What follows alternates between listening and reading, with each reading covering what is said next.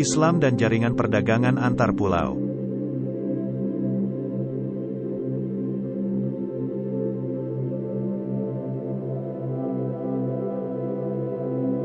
Sejak lama laut telah berfungsi sebagai jalur pelayaran dan perdagangan antar suku bangsa di Kepulauan Indonesia dan bangsa-bangsa di dunia. Pelaut tradisional Indonesia telah memiliki keterampilan berlayar yang dipelajari dari nenek moyang secara turun-temurun.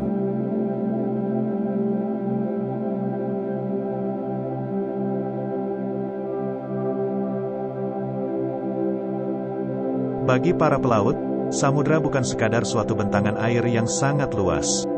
Setiap perubahan warna, pola gerak air, bentuk gelombang, jenis burung, dan ikan yang mengitarinya dapat membantu pelaut dalam mengambil keputusan atau tindakan untuk menentukan arah perjalanan.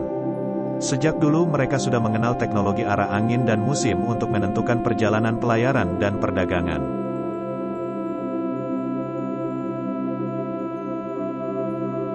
Kapal pedagang yang berlayar ke selatan menggunakan musim utara dalam Januari atau Februari dan kembali lagi pulang jika angin bertiup dari selatan dalam Juni, Juli, atau Agustus. Angin musim barat daya di Samudra Hindia adalah antara April sampai Agustus, cara yang paling diandalkan untuk berlayar ke timur.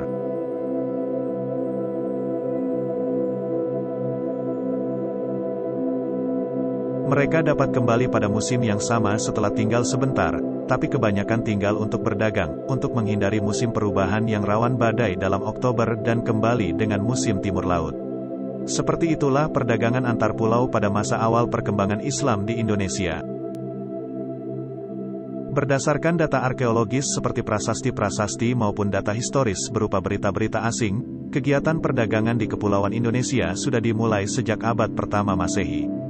Jalur-jalur pelayaran dan jaringan perdagangan Kerajaan Sriwijaya dengan negeri-negeri di Asia Tenggara, India, dan Cina terutama berdasarkan berita-berita Cina telah dikaji, antara lain oleh Walter, 1966.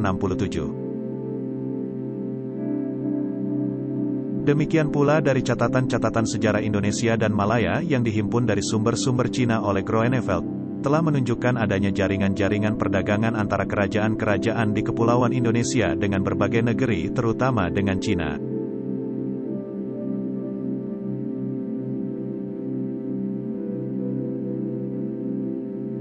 Kontak dagang ini sudah berlangsung sejak abad-abad pertama Masehi sampai dengan abad ke-16. Kemudian kapal-kapal dagang Arab juga sudah mulai berlayar ke wilayah Asia Tenggara sejak permulaan abad ke-7. Dari literatur Arab banyak sumber berita tentang perjalanan mereka ke Asia Tenggara. Adanya jalur pelayaran tersebut menyebabkan munculnya jaringan perdagangan dan pertumbuhan serta perkembangan kota-kota pusat kesultanan dengan kota-kota bandarnya pada abad ke-13 sampai abad ke-18 misalnya, Samudra Pasai, Malaka, Banda Aceh, Jambi, Palembang, Siak Indrapura, Minangkabau, Demak, Cirebon, Banten, Ternate, Tidore, Goa Talo, Kutai, Banjar, dan kota-kota lainnya. Adanya jalur pelayaran tersebut menyebabkan munculnya jaringan perdagangan dan pertumbuhan serta perkembangan kota-kota pusat kesultanan dengan kota-kota bandarnya pada abad ke-13 sampai abad ke-18. Misalnya, Samudra Pasai, Malaka, Banda Aceh, Jambi, Palembang, Siak Indrapura, Minangkabau, Demak, Cirebon, Banten, Ternate, Tidore, Goa Talo, Kutai, Banjar, dan kota-kota lainnya.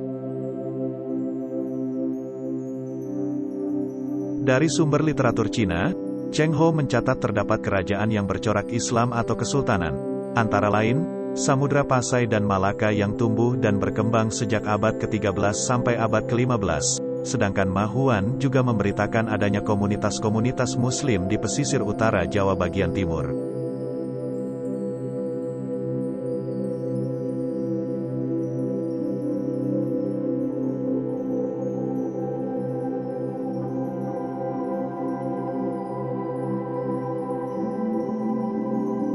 Berita Tom Pires dalam Suma Oriental, tahun 1512 sampai tahun 1515, memberikan gambaran mengenai keberadaan jalur pelayaran jaringan perdagangan, baik regional maupun internasional.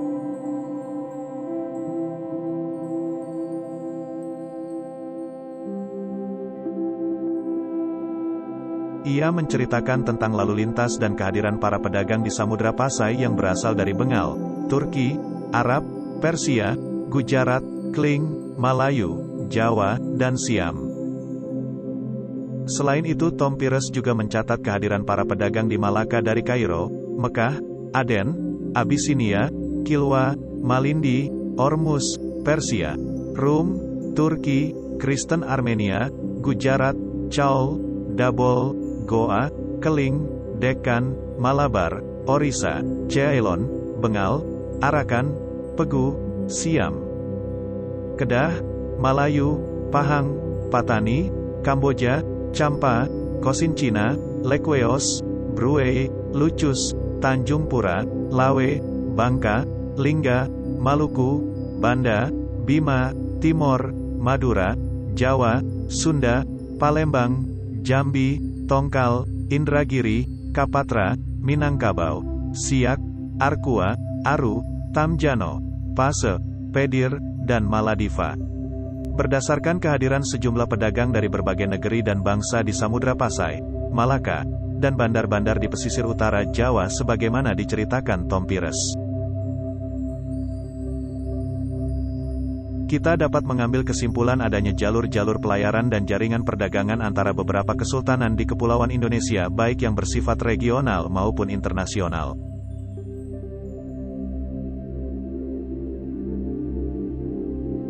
Dengan demikian aktivitas perdagangan dan pelayaran di Samudra Hindia semakin ramai. Peningkatan pelayaran tersebut berkaitan erat dengan makin majunya perdagangan di masa jaya pemerintahan dinasti Abbasiyah, 750-1258.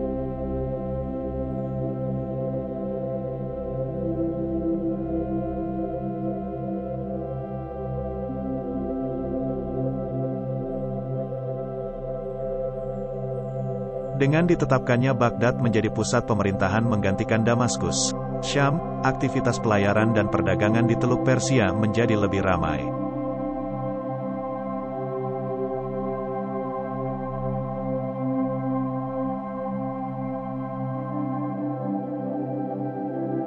Pedagang Arab yang selama ini hanya berlayar sampai India, sejak abad ke-8 mulai masuk ke Kepulauan Indonesia dalam rangka perjalanan ke Cina.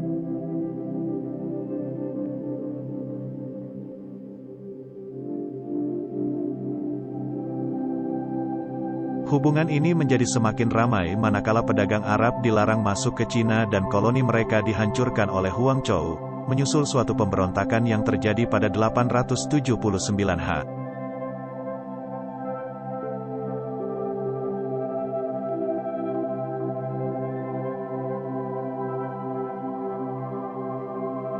Orang-orang Islam melarikan diri dari pelabuhan Kanton dan meminta perlindungan Raja Kedah dan Palembang.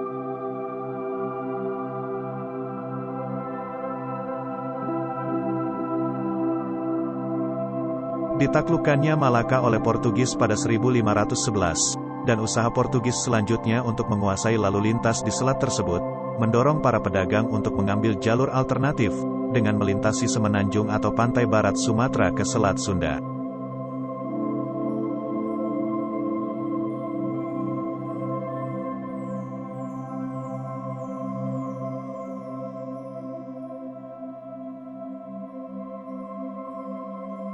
Pergeseran ini melahirkan pelabuhan perantara yang baru, seperti Aceh, Patani, Pahang, Johor, Banten, Makassar, dan lain sebagainya. Saat itu, pelayaran di Selat Malaka sering diganggu oleh bajak laut.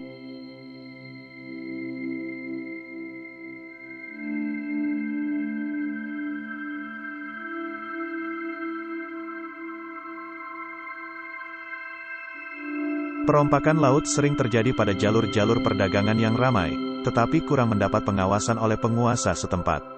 Perompakan itu sesungguhnya merupakan bentuk kuno kegiatan dagang.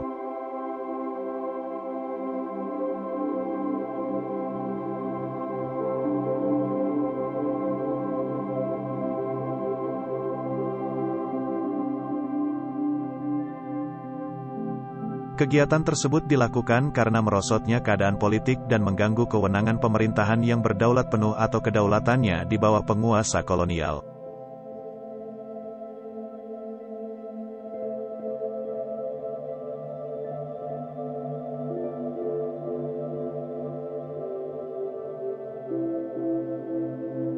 Akibat dari aktivitas bajak laut, rute pelayaran perdagangan yang semula melalui Asia Barat ke Jawa lalu berubah melalui pesisir Sumatera dan Sunda.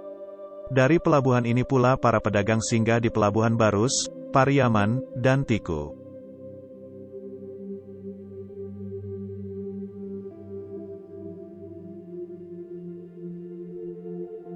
Perdagangan pada wilayah timur Kepulauan Indonesia lebih terkonsentrasi pada perdagangan cengkeh dan pala. Dari Ternate dan Tidore, Maluku, dibawa barang komoditas ke Somba Opu, ibu kota kerajaan Gowa di Sulawesi Selatan.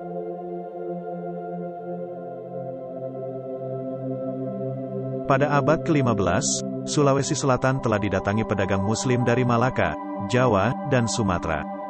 Dalam perjalanan sejarahnya, masyarakat Muslim di Gowa terutama Raja Gowa Muhammad Said, tahun 1639 sampai tahun 1653, dan putra penggantinya, Hasanuddin, tahun 1653 sampai tahun 1669, telah menjalin hubungan dagang dengan Portugis.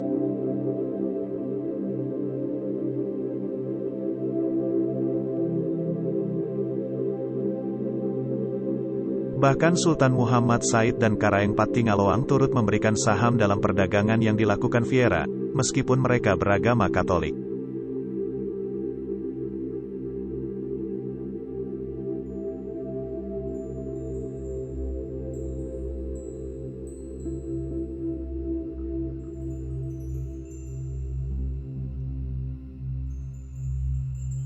Kerjasama ini didorong oleh adanya usaha monopoli perdagangan rempah-rempah yang dilancarkan oleh Kompeni Belanda di Maluku.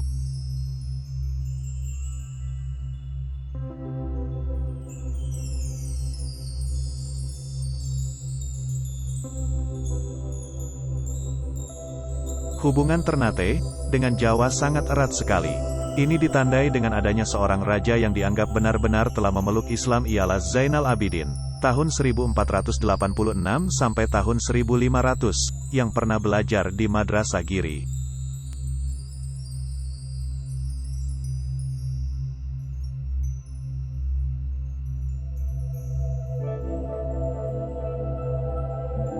Meningkatnya ekspor lada dalam kancah perdagangan internasional, membuat pedagang Nusantara mengambil alih peranan India sebagai pemasok utama bagi pasaran Eropa yang berkembang dengan cepat.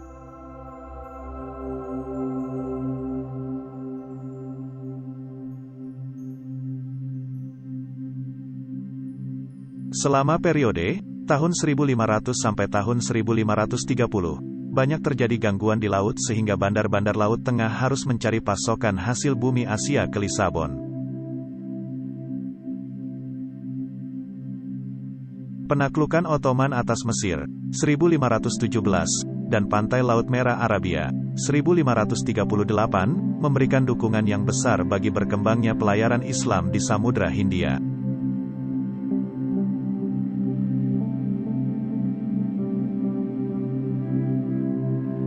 Kesultanan Mataram berdiri dari abad ke-16 sampai ke-18. Meskipun kedudukannya sebagai kerajaan pedalaman, wilayah kekuasaannya meliputi sebagian besar Pulau Jawa yang merupakan hasil ekspansi Sultan Agung.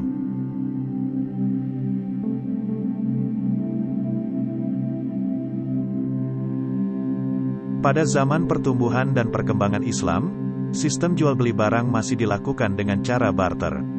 Sistem barter dilakukan antara pedagang-pedagang dari daerah pesisir dengan daerah pedalaman, bahkan kadang-kadang langsung kepada petani. Transaksi itu dilakukan di pasar, baik di kota maupun desa.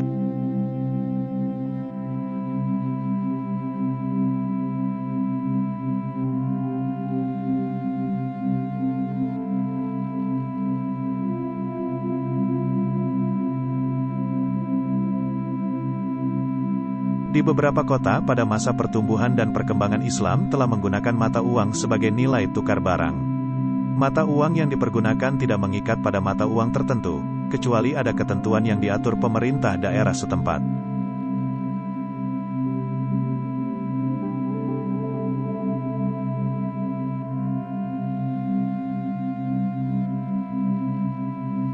Kemunduran perdagangan dan kerajaan yang berada di daerah tepi pantai disebabkan karena kemenangan militer dan ekonomi Belanda, dan munculnya kerajaan-kerajaan agraris di pedalaman yang tidak menaruh perhatian pada perdagangan.